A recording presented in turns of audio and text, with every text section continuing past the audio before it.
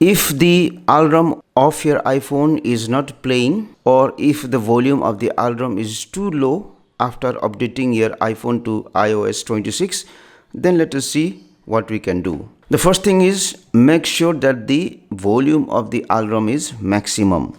Go to settings here, go to sounds and haptics, and make sure that this volume of this ringtone and alert is maximum. The next thing is to make sure that you must not have selected known for alarm sounds. So go to the clock here, select the alarm and open sound. Make sure that it is not selected to known. It should be either radial or something of your choice. So once you have selected the alarm sound, tap on this tick mark here. The next thing is we have to make sure that this attention aware feature is turned off in iOS 26. For that one, we have to go to settings here. We have to go to Face ID and passcode. You have to use the passcode or Face ID and scroll down. So disable this option, attention aware feature. If you will enable this option in iOS 26, then it can lower the volume of the alarm. The next thing that you can do is you can delete the alarm and then again create it. So if you want to delete the alarm, swipe this alarm to the left side and then select delete. So once you have deleted, just tap on this plus icon here and then again you can create the alarm.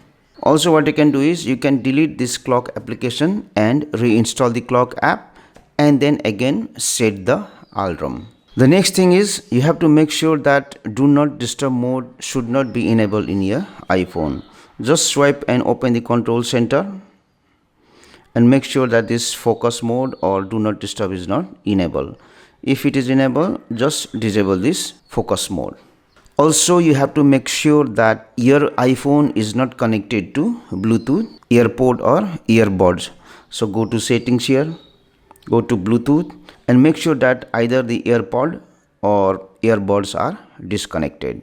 The other thing that you can do is you can reset your iPhone so that if there is any customizations that you have made, then it will be removed. Now before this one, you have to understand that all the Bluetooth devices will be disconnected. The password of the Wi-Fi will be removed. If you have made any other customization, it will also be removed. No data will be lost. So it's up to you if you want to reset your iPhone or not. If you want to reset, you just have to go to settings here, then go to general. You have to go to reset, transfer or reset iPhone, go to reset and then select reset all settings. Now the last option for you is, this might be caused because of the bug that is present in iOS 26. So in that case you have to check if there is any new update available or not.